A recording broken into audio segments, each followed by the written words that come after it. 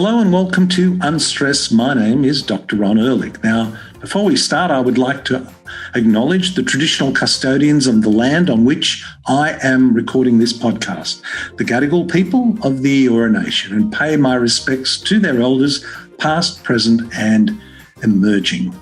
Now, today we are going to explore a key deficiency. Now, we've often talked about the importance of soils, and one of the biggest deficiencies in soils are magnesium, selenium, and zinc. And magnesium, as you will hear, is a critically important element to so many functions within the body, over 1,000 functions within the body. And as I've often said, if I had a choice of what I'd go back and study, it would be biochemistry, because that just happens to be the way every cell in our body works. And if we understand that, then we understand why a nutrient-dense diet is important. Well, my guest today is Dr. Carolyn Dean. She is a medical doctor and a naturopath. What a great combination. And, really, when medical practitioners go through medical school, they probably couldn't help but notice how little is spent on nutritional and environmental medicine. And, if we are really interested in dealing with the causes of diseases, then you would want to explore nutritional and environmental medicine. If you're interested only in the management of the disease, well, I guess a prescription pad will see you through. But Carolyn wasn't that person. She studied naturopathy, as you will hear, almost as soon as she finished, or while she was finishing being a medical doctor. A great combination. She's the author of over 35 books, including the best-selling book, The Magnesium Miracle, which we talk a lot about today, as well as IBS, Irritable Bowel Syndrome for Dummies, Hormone Balance. We talk a lot today about her other book that she wrote in 2003 and recently in 2014, Death by Modern Medicine. She's written over 100 Kindle books. She is also, along with myself, one of the 50-plus editors for the Orthomolecular News Service.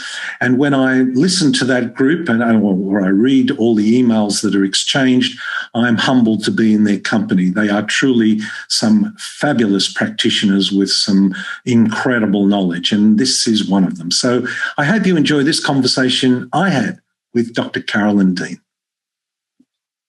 Welcome to the show, Carolyn. Well, thank you for inviting me to your show, Ron. I appreciate the invitation across the Pacific. I'm in Maui, and are you in Australia? In Sydney, Australia, East Coast, yes. So, look, I could almost look out and see you from my bedroom window. I've got a good view over the Pacific Ocean. But listen, you've done so much. There's so much we could talk about. I've recently got the book that you had written some time ago called Death by Modern Medicine. Mm-hmm. And it covered so many areas, some of which we'll touch on. But I wondered if there was a particular moment or experience in your professional or personal journey that, led you to write this kind of book. Right. Well, it was the Codex Alimentaris. Do you know that movement? It began in Germany and Europe, the World Health Organization and the World Trade Organization. Once they thought in the early 2000s, once they thought Europe was going to unite, they decided they wanted to regulate food and dietary supplements that were going across borders. Mm-hmm. And they decided not just to do that for Europe, but for the whole world. And all of a sudden, everybody was pulled into these incredibly huge meetings, hundreds of countries sitting in rooms and people up on the dais trying to control what would happen to our food supply and our dietary supplements. So in 2004, 2005, I went to Bonn, Germany, and then to Rome to see what was going on. I joined a nonprofit group. And we all knew, we saw the writing on the wall that they wanted to control dietary supplements so that the supplements would not interfere with drugs. And that was the stated purpose. But they made it out to be, well, the dietary supplements could make the drugs not work properly. And really what it was is we don't want to use dietary supplements because then you might not need our drugs. Wow. So that was going on. And with the food, they were trying to organize it so that the maximum amount of poisons and toxins and heavy metals would be allowed in the food supply, so that the companies wouldn't have to clean up the food supply. So the writing was on the wall. I came home. I didn't want to be involved with these organizations. We called it the health freedom movement in the U.S. And I began to spot infiltrators in amongst us. And I just thought, well, if anything's going to happen, I'm going to have to do it for my own self, for my own worldview, for the people that I was working with. This is before I had a dietary supplement company. So I started to lobby dietary supplement companies to make absorbable products, non-laxative magnesium. By this time, I had written the Magnesium Miracle. That was back in 1999, and it was finally put out. It was supposed to come out the day of 9/11. Mm-hmm. And that's when my husband and I were living in Manhattan, and everything crashed in New York, the publishing industry, et cetera. So that book didn't come out for another 2 years because everything was just focused, obviously, on what had happened. So I was the expert in magnesium. I had found out by doing the research. Backing up a bit, I was asked by Random House to write a 300-page book on magnesium. And I thought, how can I possibly do that? But in doing the research, I realized that, my heart palpitations and Charlie horse leg cramps and neck pain from typing so much, et cetera, I was a poster child for magnesium deficiency. And on top of that, I could not take magnesium without getting the laxative effect. So I realized, this is a serious problem. It's epidemic, magnesium deficiency in the population. But what about us folks who can't take enough magnesium to build up our stores, to run 80% of metabolic function in the body? Magnesium is required for 1,000 enzyme systems and 80% of metabolic function. So I thought it was a huge problem. So I set out to find a company that would research and make a non-laxative magnesium. Short story, nobody was interested, cost too much money, too much education of the public. So I finally found a chemist, and we worked together and created a non-laxative magnesium, and that it changed the whole world of magnesium. So I guess I was spurred on to do that because of these meetings in Europe, this Codex Alimentarius that was trying to just throttle the whole supplement industry. See, what they wanted to do is regulate supplements as drugs. Now, they did that in Australia, and they did it in Canada. They, meaning the government officials, said, well, if that's going to happen, we might as well do it ourselves.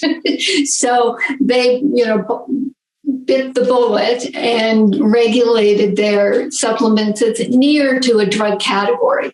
Now, the U.S. didn't do that because we have DSHEA, DSHEA. It's a Dietary Health Education Supplements Act, something like that. And that allows us to sell supplements, but we're not allowed to say what they do. You cannot recommend a dietary supplement for a health condition unless you run the $1 billion drug study to prove that your drug supplement helps a condition. Yes. And I wrote Death by Modern Medicine, as you mentioned at the beginning.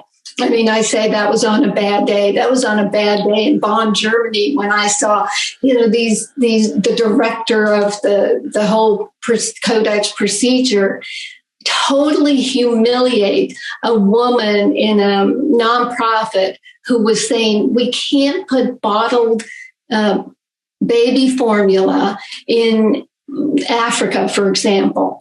We have to promote breastfeeding. And he made her feel this small, saying she was emotional and emotions weren't allowed in this meeting. Well, I know you use I think the word healthcare system is one that gets bandied around a lot here in Australia as well as in the US. But you've come up with, you've used the term disease care system. Tell us the difference. Tell us what that means. Well, I guess from my perspective now, looking back at what I've learned, I mean, I was in med school in the mid-70s. And at that time, I really had the idea, because I'd already been reading Prevention magazine, traveled a lot with my then boyfriend, now husband of 53 years. And we saw so much and learned so much, got a perspective on West Coast. Like we went to California, we weren't hippies, we didn't do drugs. We were looking at the health scene. And I really thought that by now, every medical doctor would also be a naturopath, which is what I am. I did my MD, and then immediately during my internship, I started to do my naturopathic degree, because I knew that prevention and lifestyle and health supplements, all that were extremely important. But it never caught on in medicine because the pharmaceutical industry, they were funding medical schools. They began to fund all the medical research, so that nothing to do with natural medicine was ever researched. And you've heard the story. Everybody's heard the story. Oh, yeah, they only have 1 or 2 hours of nutrition in med school. And why is that? I mean, how is that even possible if it wasn't for the drug companies funding the alternative? So I don't know if I answered your question, but I just went on my little rant there. No, and it's a rant I feel totally in tune with. It's actually a rant that is very easy to miss as a health professional. This is the role of the chemical, food and pharmaceutical industry in all levels of healthcare. But it's a story that's easy to miss. But once you hear it, it's difficult to ignore. Mm-hmm. Don't you? Yes, yeah, it does make sense when you can say to, as I do now, my customers that, well, your doctor never learned that when you have the Krebs cycle in each of your cells in the 1 to 2,000 mitochondria, the Krebs cycle rotates around. It's got 8 steps. 6 of those steps require magnesium. Now, that's in biochemistry. I do know that it was in my biochemistry. Our dean of medicine was a biochemist, so we had 200 hours of biochemistry. And so I knew a bit from Prevention magazine and reading every book there was back then. And you could do that. There was so little about health back in the 70s. And then I realized, oh my gosh, every metabolic reaction needs a cofactor of a vitamin or a mineral. And we never learned one thing about that because the drug companies ran and do run medicine. They still do. The drug lobby is so huge that actually in the health freedom movement in the early 2000s, when I was involved, we would lobby Washington and Ottawa, Canada, because I'm originally Canadian. And we were told point blank that, their, representatives, congressmen, senators would not support alternatives to drugs because the drug lobby was so powerful. And the drug companies were threatening to take their product offshore if they weren't supported. Now, they took their product offshore anyway. We all heard recently that, 95% of the drugs are made in China. So we lost that battle. And we've lost, things like the fentanyl battle, that they're sending drug fentanyl over to the States, and 50,000 people are dying a year from that, probably more. I'm sure it's more. But yes, it's we've totally been brainwashed that the doctor will take care of us. Wait until you get sick enough. We'll give you drugs. And also, Ron, when I was in med school, we were told just use drugs as long as the patient, can't mobilize their own resources short term as possible. And then the patient should be able to, survive without them, whatever. But then in the past 20 years, all of a sudden, drugs are preventatively given. The statins, just in case, or your blood pressure is a little high, let's give you this. Because doctors do not cure anything. They have not been able to stop heart disease or cancer. I don't really get involved with cancer because, as an online dietary supplement company, I can't go there. But certainly with heart disease and the 65 conditions that are related to magnesium deficiency, when a person starts building up their different mineral and vitamin reserves, they no longer require these drugs. And doctors, they're just half the time, more than half, 75% of the time, they just push it aside and say, well, whatever you're doing, do it. Occasionally a doctor will say, I'm interested. How were you able to get your blood pressure down? Because, it just doesn't happen. Now, listen, you talked about this. It's the Codex thing that you had attended in the early 2000s, and it was trying to exercise a control over all aspects of food and supplement. But then we find ourselves in 2020 in a global pandemic, which kind of has elevated health to everybody is now, I think we can fairly safely say, focused on health. And everybody's been introduced to comorbidities and the ramifications of that. How are you seeing the way the pandemic has panned out? You're in America, you were in the epicenter, although not in New York, of course. But how do you see the pandemic? How have you viewed it, given your 50 years of experience in this area? Right. Well, I guess it was inevitable. Inevitable because 70% of the population has these comorbidities.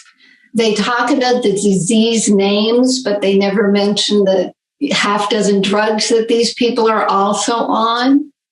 And the drugs are causing up to 100 side effects, each of them. So we've got the disease, we've got the drugs, we've got the lack of vitamins and minerals because doctors don't tell their patients to take them. We've got 70% of the population is overweight in America, and that's a comorbidity factor. And then, we've got the straw that breaks the camel's back. And whether or not it was made in the lab, the virus has been used politically to promote a society that will kowtow to the people that run the society. So I don't know how much you want to get into all that. I'm interested. I mean, I'm interested in your perspective. Although I don't want you to do anything you're uncomfortable with.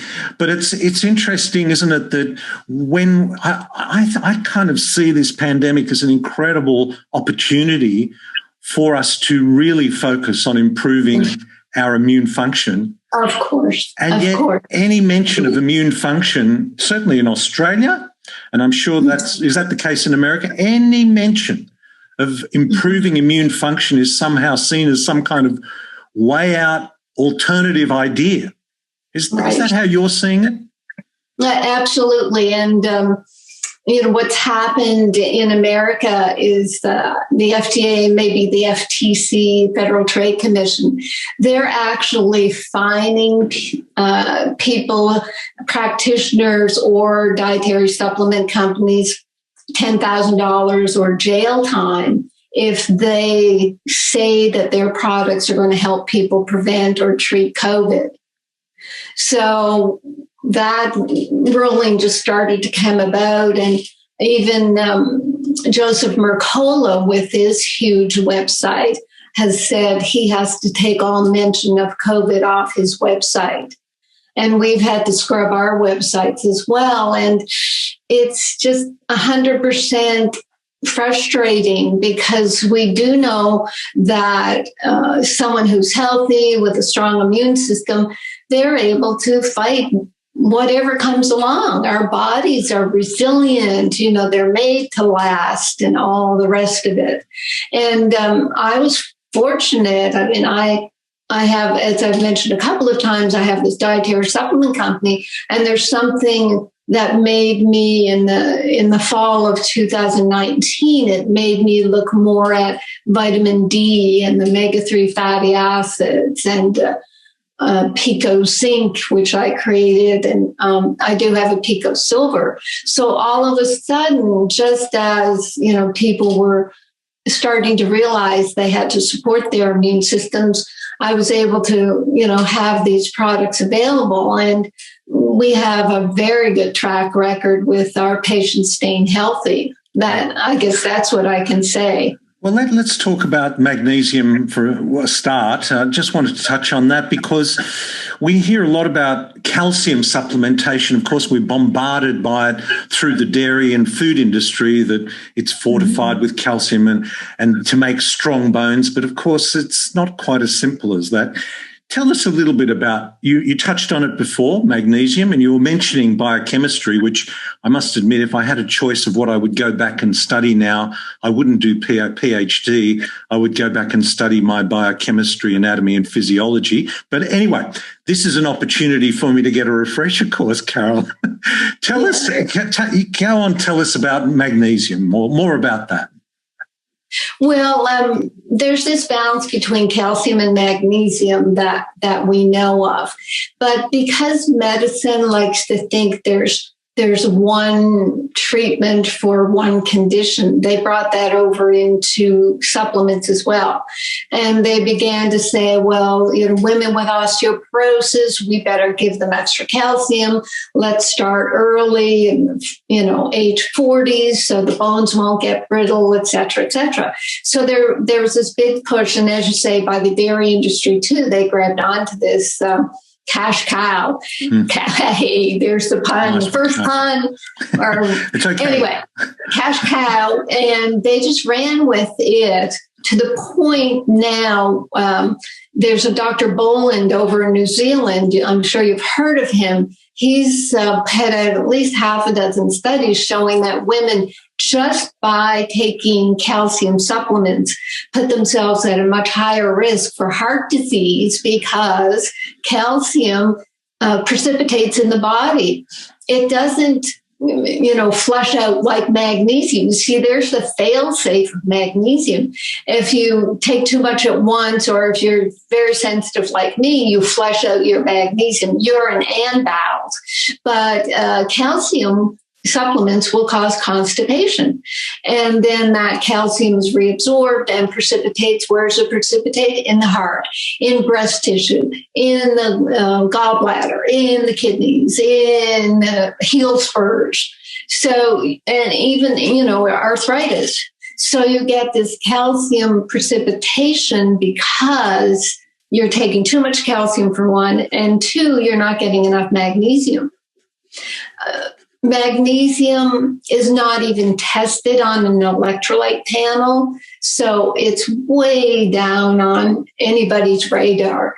And calcium, it got all the advertising to the point now that we know it's detrimental, and that's being found out. And And instead of realizing, I don't know if Boland has said anything about it, but certainly doctors who read Boland's studies and say, oh, I guess calcium's not so good, they don't offer any suggestions.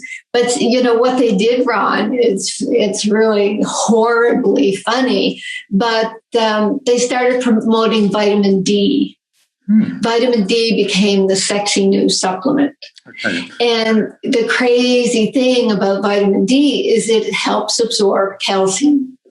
So the more vitamin D you take, the more calcium you absorb and precipitate. So vitamin D, calcium, and then magnesium also have a relationship, because if you don't have magnesium, you don't activate your vitamin D. I don't know how many steps there are in vitamin D metabolism, but it's kind of like the Krebs cycle I told you about with producing energy. You need magnesium. Well, to activate vitamin D from the sunshine, vitamin D, food-based vitamin D, or supplements, you have to have magnesium in about 8 steps. And what I noticed happening about 10 years ago, maybe, when doctors start realizing, oh, vitamin D, everybody's low on vitamin D, and they would give 50,000 units of synthetic vitamin D to people. I would get, back then, my patients and telephone clients telling me that all of a sudden their magnesium wasn't working. They were having 6-week migraines and heart palpitations. All their magnesium deficiency symptoms came back. And when I did, very quick history, I found out they'd recently taken high dose vitamin D. So what the vitamin D was grabbing all the magnesium it could to help metabolize and causing vitamin D deficiency, excess calcium, and putting us right back into that imbalance. So that you've said 2 things there that have really alerted my mind. You've said a lot there, actually, but 2 in particular. One is the calcium precipitation being so dependent on a good balance of magnesium. And if you are deficient, if I'm getting this correctly, if you're deficient in magnesium, you will have an increased calcium precipitation. Correct. Magnesium will keep calcium in solution in the blood. Right. And that's a really big statement. That's a really important statement. Huge. That's a really important statement. And then it pulls it into the blood, into the bones and the teeth out of the blood, just like vitamin K2 does. Mm-hmm. And vitamin K, when I made my vitamin D supplement, I put in vitamin K2 as well. Yeah. They're vitally important. And the other thing you said that a little light went on in my head was about vitamin D, because so often we hear of people who, I get plenty of sun, I'm out in the sun all the time, and yet I'm vitamin D deficient. How is that possible? Right. Well, it's possible if you don't have enough magnesium. Yes, that's what I was just saying. And I've heard, crazy stories that you just think were, not to be believed, where people say they'll go to the beach and lie in the sun and they'll get headaches or they'll get twitchy, or, the ones who are educated in magnesium deficiency will say it's like I have magnesium deficiency. And the sun is coming in. The sunshine vitamin D has to be converted, and you need magnesium. If you don't have magnesium and it pulls whatever small amount you have in storage, it pulls it out, then you're stuck. And you're stuck with major problems. I mean, migraine headaches, eye twitches, esophageal spasms, heart palpitations, angina, heart attack, hiatal hernias can be caused because of diaphragm spasm. IBS spasms can be a magnesium deficiency. Infertility can be magnesium deficiency, as the fallopian tubes go into spasm and won't allow the sperm and eggs to meet up. So any muscle and any nerve in the body can be affected by magnesium deficiency. And it freaks doctors out when you try to tell them, well, you could have these 10 symptoms and it'd be one problem, because they've never learned about magnesium deficiency symptoms. They've never done a magnesium blood test. And that's another question you'll probably have. Why don't we test for magnesium? It's because the test is a crock. It doesn't test what's in your cells. It just tests a little bit in your bloodstream that always stays at a perfect level to keep your heart from, going into a heart attack spasm. And that's what they're testing. Well, while we're on that topic, other than assuming that we are all magnesium deficient, which arguably, and we're very interested in soils in this program, regenerative agriculture, stimulating the microbiome within the soil to break down and give us all the good stuff that we need, which we don't have. So it's not a big stretch to think that maybe, just maybe, the vast majority of the population are deficient in this very important mineral. How do we test for it? How should we test for it? Or could we test for it? Well, you've mentioned the soil. It's been farmed out of the soil. Yeah. So, and it's not put back. Yeah. I live in Maui. I think we have 17 golf courses. I live right beside a golf course. I do my morning walk. I know all the guys that work the golf course, and I see what chemicals they're putting on the grass. Yep. It's mostly minerals. And the biggest vat is magnesium. Our golf grass is getting more magnesium than our population. So they know it's deficient. They know it's needed. So it's not in the soil. It's cooked out. It's not in fertilizers. It's not put back in the soil. I have, seen so many customers and clients who are vegan, vegetarians. Oh, I'm drinking my 40 ounces of green drink a day. I'm getting all my minerals. Oh, I'm getting magnesium. And they're twitching away and their heart's palpitating. And they need the magnesium. So we know we're not getting it. How do we test for it? The blood test, serum magnesium, just measures, as I mentioned, the tiny amount, it's a very small, range of magnesium that's necessary to keep the heart functioning. Now, the doctors don't know that.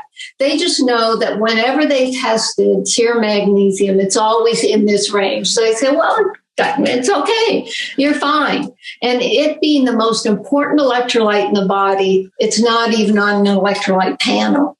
So what I've done, I've been at this a number of years, so I finally got enough money to do university research, because it's very costly to do university research. And what they've done is they've proven my Remag magnesium is picometer in size. It's a stabilized ion of magnesium that stays stable for years, and that ion can go straight into the cells, and it's absorbed, within 1 to 2 hours into the cells. So the test for that, the test they use in the research, is called an ionized magnesium test. Mm-hmm. There are electrodes for it. There's actually an ionized calcium test. There's ionized potassium. But the ionized magnesium is only used in research. So with the papers that my research fellows are working on, after doing clinical research on humans, not on mice and rats, but on humans, we're going to be proposing to the government that they change their measurements, because we call it an epidemic. It's a public health crisis. It's an epidemic. A lot of magnesium researchers say the same, but it doesn't get translated into clinical. Nobody's looking at the patients like our studies are looking directly at the patients. So it's an uphill battle, but we're in the war. And when people are walking into supermarkets or vitamins, health food stores, what is the typical magnesium supplement that they will see on the shelf? You know, they pick up a bottle and they go, 400 milligrams of magnesium, and it's written down. What is that, and what is the problem with some of that? Right. Well, the most well-known magnesium is magnesium oxide, and it's only 4% absorbed. And it's a great laxative because it's not absorbed; it just rushes right through. And why it became the most well-known magnesium is a very brilliant woman who owned a magnesium oxide company gave tons of samples to magnesium researchers to do their research with. And even at 4% absorption, there were great results. So everybody thought, okay, that's the magnesium to use. You know, if you go by the research, okay, oxide, let's do it. And it's only recently that people began realizing, well, it's just a laxative. And then they went to citrate, they go to glycinate, there's magnesium chloride.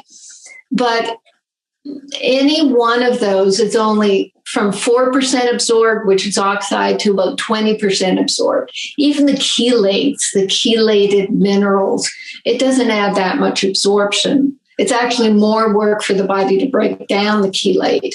And that's where I went to a liquid magnesium. It's a magnesium chloride, but then it's processed, a proprietary process that, as I mentioned, it stabilizes the ion of magnesium. Or I have 14 other minerals. I put 12 minerals in a multiple. I have a pico zinc, we call it picometer, and a pico silver. So all these are stabilized mineral ions that will get right into the cell, because it's the cell mineral ion channels are picometer in diameter. So you have to be that size. And the reason why other mineral compounds can be absorbed and can certainly be helpful is because in the blood, the compounds will disassociate. In liquids, compounds disassociate. So you get your magnesium here and your chloride here. But magnesium is so reactive, it'll just join right back up to that chloride or anything else that's around. And it becomes a compound again, which is too big to get into the cell. So it's all about keeping the ion state. And you'll see a lot of minerals, they'll say ionic minerals and whatnot, and they're just sort of picking up on that buzzword. But I know for myself, I'm the guinea pig of trying all these other supplements, and they all cause me the laxative effect because they're not fully absorbed. Now, another part of your focus is on the yeast, on the issue of yeast overgrowth. How does that happen? How does it impact on the body? Give us yeast overgrowth 101. Yes. Well, mineral deficiency is number one. Number two is yeast overgrowth. Those two things kind of propel chronic disease, in my opinion.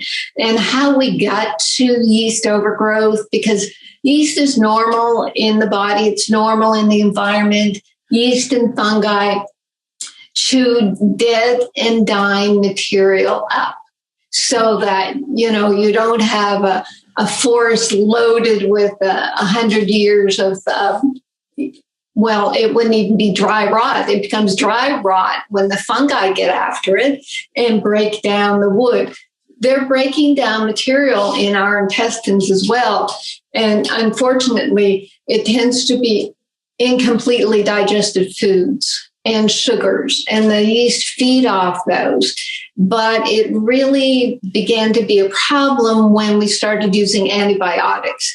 And antibiotics will kill off good and bad bacteria, leaving wide open ranges for the yeast to grow into. And the yeast will grow up through the large intestine into the small intestines, start puncturing the mucous membranes, causing leaky gut. And then the yeast byproducts, their breakdown byproducts that we call toxins, there's 178 of these toxins, and they're absorbed through the leaky gut into the bloodstream and can affect the body from head to toe. Another sort of head to toe problem with, brain fog and a coated white tongue and itchy ears and itchy discharge from the eyes. You get chronic yeast infections in the sinuses that are misdiagnosed as bacterial, and you're given more antibiotics. So in our society, back in the 40s when penicillin was discovered, it wasn't long. I mean, it wasn't more than a year or two that doctors began to realize, oh my gosh, the people we give this penicillin to, all of a sudden they've got yeast problems, yeast discharge, and then it can go to athlete's foot. It can be the rashes under the arms or under the breasts in women. Yeast is all over us and it's under control. And for many years, I was, thrashing away at yeast, get rid of this. And finally I realized, especially moving to Maui and loving fruit, I realized, we're always going to, have this kind of yeast overgrowth and overbalance of yeast if we keep feeding it. And I didn't want to keep starving myself. So I created a antifungal probiotic using Saccharomyces boulardii, which is a type of yeast, which just helps balance out the yeast. So there are ways of working with the environment. And I want to bring up right now about the soil, because that may be number 3 in my plan on taking over the world is working with the soil, because one of our products is barley seeds that are germinated in great big rotating vats. And when we take the liquid off and we do things with the liquid, I won't go into that. But what's left over is actually a probiotic barley straw. And I support a farm here in Maui, and we put that straw in a plot of land and grew radishes. And we had the same size plot where we did not put our barley straw. And after the 25 days of growing the radishes on the barley plot, we produced 85 pounds of gorgeous, bright red, huge radishes. On the other plot, we had 3 pounds that could go to market. Yeah. So what had happened is the life force in that barley straw, the probiotics, the living matter, made the weeds and the worms and the predators just turn around and run over to the other plot that wasn't protected.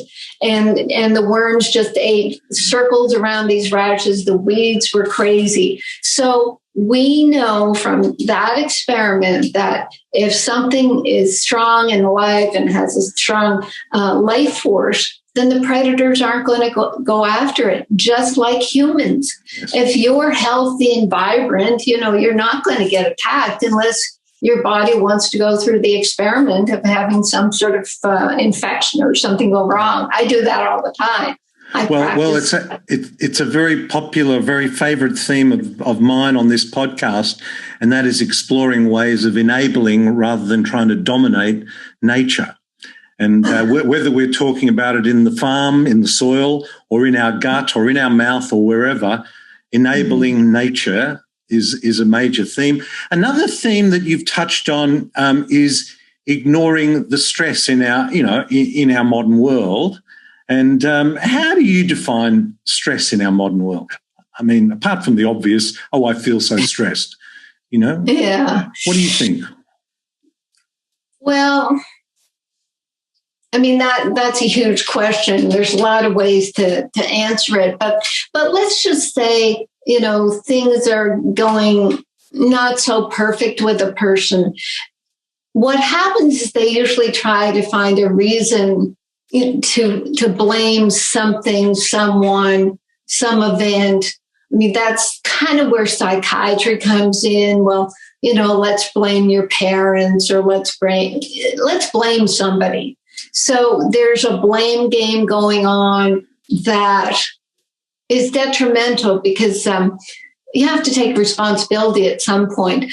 There's a prayer in Hawaii called Ho'oponopono, and it's just 4 lines. I love you. I'm sorry. Please forgive me. Thank you.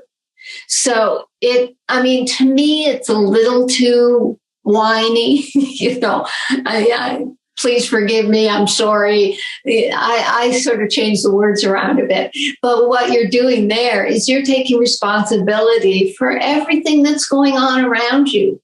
It's as simple as if you're frowning and angry, that spreads to the person who's observing you. With my farm work, I volunteer at our markets, farmers markets. So, I'm talking to people all the time with my stupid mask on, and they'll come up and, a small percentage, maybe 15% will come up and say, oh, I want this and I want that. And I'll just sort of lean into them and I'll say, good morning. Yeah. And they just snap out of themselves. Or I remember I tend to give little presents to people. So I brought over something for somebody because she looked like she was having a hard day. So I said, I'd like to give this to you. And she said, well, what's wrong with this? What's wrong with it? So I said, and I went into her, moved toward her a little bit. And I said, what would make you think I would give you something that wasn't perfect? And so she calmed down. So, there are people that come with an attitude. And even for that, Ron, I will right away say, if they were saturated with magnesium, they wouldn't have that tension. They wouldn't have that irritability. They wouldn't snap. And so I do start with the magnesium before I would go to any sort of psychology. But then in terms of the psychology for more chronic disease, I do refer to something called total biology. Do you know? Yes, you're talking about a German system of medicine? German new medicine. New medicine. Because are you familiar with neural therapy? Have you heard of neural therapy? It's a German. Okay, tell us about that German system. Go on, right. So I think you can use the definition, the conflict basis of disease. So if you have a conflict that you don't think you can control or remedy, then that sets up what I call a gramophone. People don't even know what a gramophone is anymore, but it sends up this whirl of conflict where you're always worrying. Now that worry will distract the mind from living a safe life, for example. So what we were told in our total biology classes is that if the mind is so distracted that it might cause harm, walking out in front of a car or not eating or whatever, then the mind will put the solution to the conflict into the body and try to resolve it there. Now, the very best example is in the German branch, the originator of German new medicine, Gerd Hammer. He was is an oncologist and a psychiatrist. And his son in Europe was shot by some member of the royalty. So there was no way that he could get, justice. And the son lingered for 3 months and finally died. 3 months after his son died, he developed testicular cancer and his wife developed ovarian cancer. Wow. The two generative organs. Yeah. The body was trying to make a new child. That was its response. So when this happened, Gert, being a psychiatrist and an oncologist, he went back to his files and found that every one of his cancer patients had an unresolvable conflict prior to their diagnosis. So he set about, matching the conflict with the physical. If your child is ill and in intensive care, you can develop cells in your breast ducts to try to make milk to nurture the child. And if you happen to go for your mammogram around that time, you'll be told you have breast cancer. Whereas if that conflict is resolved, then your breast tissue resolves. And our teacher said that, they've had many, many cases where once a woman knows that she's in conflict with not being able to save the child and she puts it into her body, then that the pressure from the brain doing that actually can stop. And it's, when I started learning total biology, and this is, 15 years ago, I lost my fear of cancer because I realized, it's conflict. Just don't let the conflicts build up, talk them through, resolve issues so that in blood conditions, I'm talking with a friend right now who has a type of leukemia.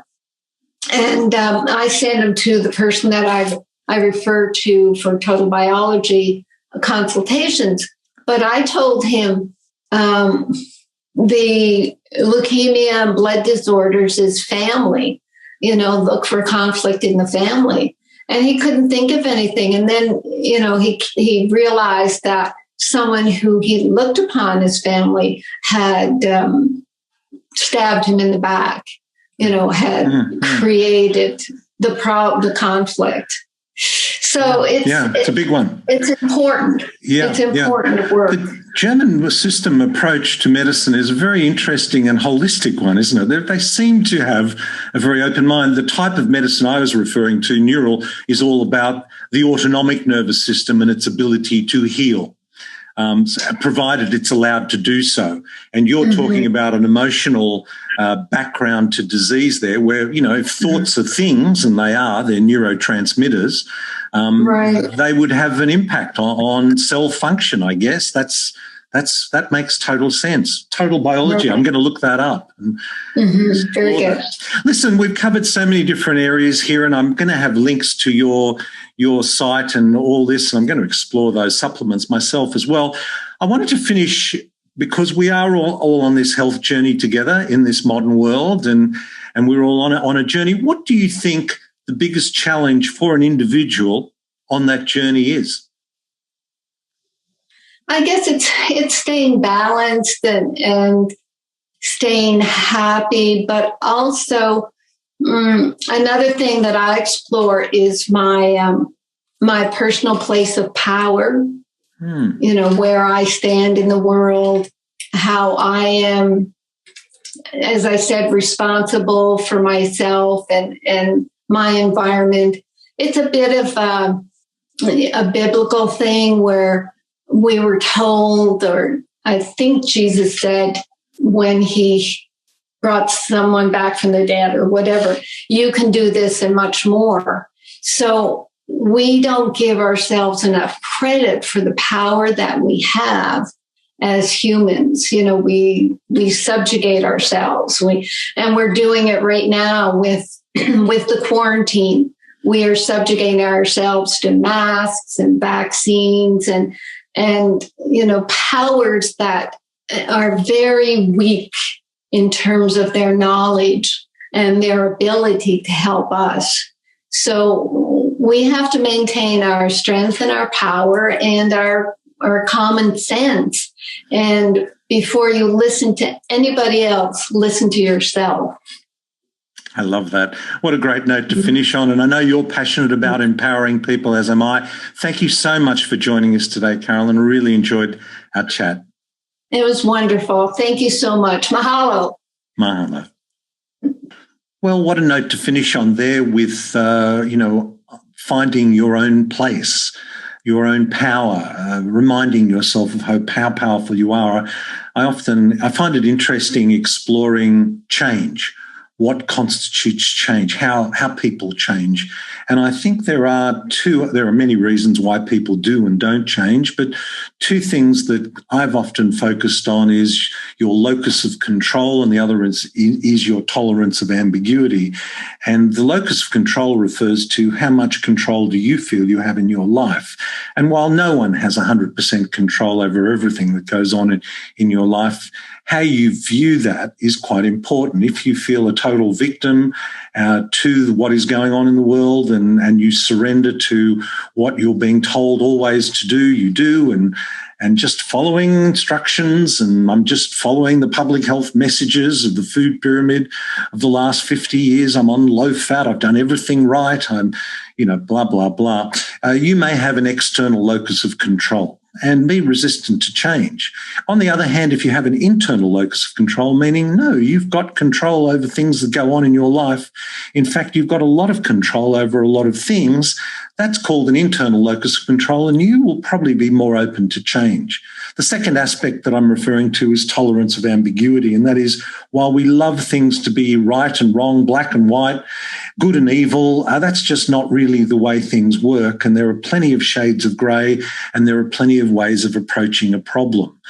So I think those two aspects, and so for Carolyn to say that she liked to focus on her position in the world and remind herself of the control that she had, I thought was a really important thing for her to remind me of as well.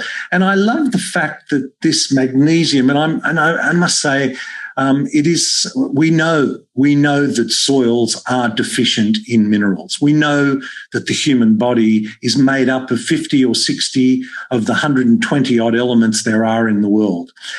We know what 25 or 30 of them do. We don't know what all of them do, but we know that we are made up of 50 or 60 elements. Where do those elements come from? Well, the food we eat. How is it delivered to the food we eat? Through the soil the food is grown in. And for that to happen, you need a healthy relationship with microbes and the mycorrhizal fungi in soils. That's why we're focusing so much on regenerative agriculture in this podcast, because we all need to be engaged in this issue about having healthy soils. And that's a whole story which any regular listener of this will be familiar with. But the point about it is that a healthy microbiome will break down the elements that are found in the earth. And those elements are then absorbed by the plants, and either we eat those plants or we eat the animals that have eaten those plants. And that's how we end up with our minerals. And now we know in Australia and globally as well that soils are chronically deficient in magnesium, selenium and zinc, not to mention another 20 or 30 or 40 other elements. You can grow healthy soils with fertilizer, superphosphate. Three elements, nitrogen, phosphate, and potassium, I think. And you can make a plant look very healthy. But is it nutrient dense? No. And this is where magnesium comes in. It is one of the big deficiencies that we all face. And I know myself, for example, I have a complexion which makes people think I spend a lot of time out in the sun. I probably don't spend as much time as I should, but my vitamin D levels have constantly been low. Calcium. You may recall an episode I did with Dr. Ross Walker where we talked about coronary calcium CT score. And that means calcium is deposited where it shouldn't be, in the coronary arteries, and taken from where it should be, either in the bones or floating around in balance in our blood. And precipitating calcium is a problem. It's calcifying arteries. It's calcifying joints. It's calcifying on teeth. So this imbalance or deficiency in magnesium results in increased calcium precipitation, which manifests itself in many ways. And I, as a dentist, see that all day, really, when I look in people's mouths and I see calcium buildup. And also vitamin D, the importance of vitamin D. You cannot produce vitamin D unless you have adequate calcium. Look, so much there. And a conversation about yeast and the importance of finding a balance. That's what I think is ultimately the key. So I hope you enjoyed that. We're going to have links to Carolyn's great site and some of those supplements that she mentioned. Please don't forget to get online and leave a review on the iTunes. Push the ratings up. Always a good thing. We're wanting to get this story out. We are a podcast on the move. Yes, I've finally, after 3 years, got my head around the fact that I'm going to see how far we can actually take this podcast, and I would appreciate your help in us achieving that. I think there are some important messages that we try and convey. I hope this finds you well. Until next time, this is Dr. Ron Ehrlich. Be well. This podcast provides general information and discussion about medicine, health, and related subjects. The content is not intended and should not be construed as medical advice or as a substitute for care by a qualified medical practitioner. If you or any other person has a medical concern, he or she should consult with an appropriately qualified medical practitioner. Guests who speak in this podcast express their own opinions, experiences, and conclusions.